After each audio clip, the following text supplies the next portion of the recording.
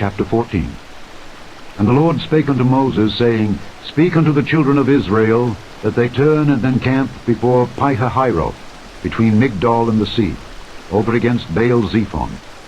Before it shall ye encamp by the sea. For Pharaoh will say of the children of Israel, They are entangled in the land, the wilderness hath shut them in. And I will harden Pharaoh's heart, that he shall follow after them.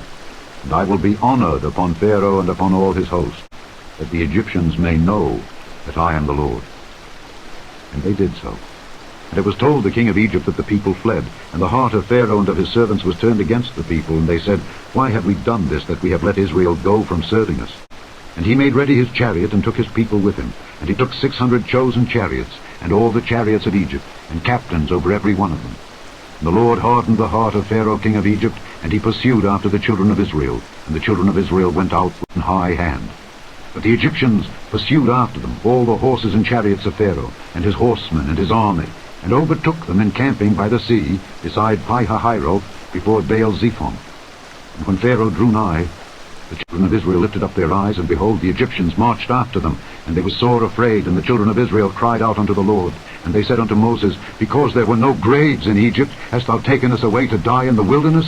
Wherefore hast thou dealt thus with us, to carry us forth out of Egypt? Is not this the word that we did tell thee in Egypt, saying, Let us alone, that we may serve the Egyptians? For it had been better for us to serve the Egyptians, than that we should die in the wilderness. And Moses said unto the people, Fear ye not, stand still, and see the salvation of the Lord, which he will show to you today. For the Egyptians whom ye have seen today, ye shall see them again no more forever. The Lord shall fight for you, and ye shall hold your peace. And the Lord said unto Moses, Wherefore criest thou unto me? Speak unto the children of Israel, that they go forward. But lift thou up thy rod, and stretch out thine hand over the sea, and divide it. And the children of Israel shall go on dry ground through the midst of the sea. And I, behold, I will harden the hearts of the Egyptians, and they shall follow them.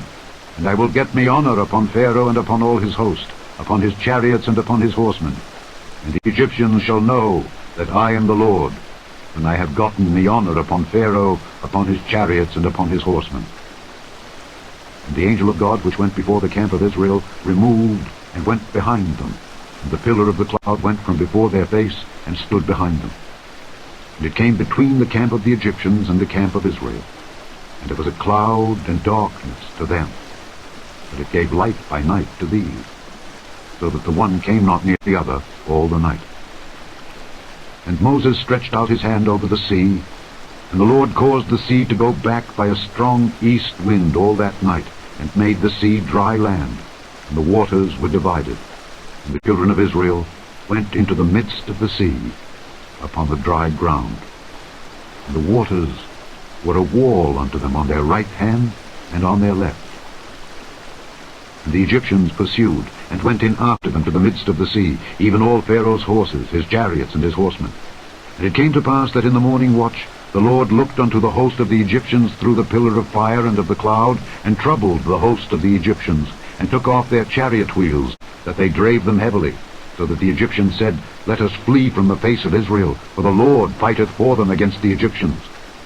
And the Lord said unto Moses, Stretch out thine hand over the sea, that the waters may come again upon the Egyptians, upon their chariots and upon their horsemen. And Moses stretched forth his hand over the sea, and the sea returned to his strength when the morning appeared, and the Egyptians fled against it.